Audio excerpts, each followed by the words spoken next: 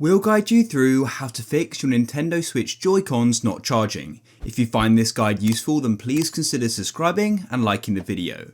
So first of all, you want to go and put the entire console to go and charge. So what you can do is go and plug it into the docking station. Of course, you'll need to go and plug the docking station in as well. Or you can just go and grab the entire AC cable and you can go and plug it into the bottom of the Switch. As you can see, the Switch is now charging, and if we go into controllers at the bottom here, we can then go and see the controllers are charging. For your Joy-Cons to keep charging as well, you'll need to make sure you leave your Switch in rest mode if you go and just turn it off. Do not fully shut it down. To put it into rest mode, you just tap the power button, and then that's just rest mode. The next thing you can do is go and disconnect the controllers by holding on the quick release button at the top here and then sliding it up just like so. And what you want to do is go and clean these connections because dust and other debris may get in here, which is stopping them from properly charging.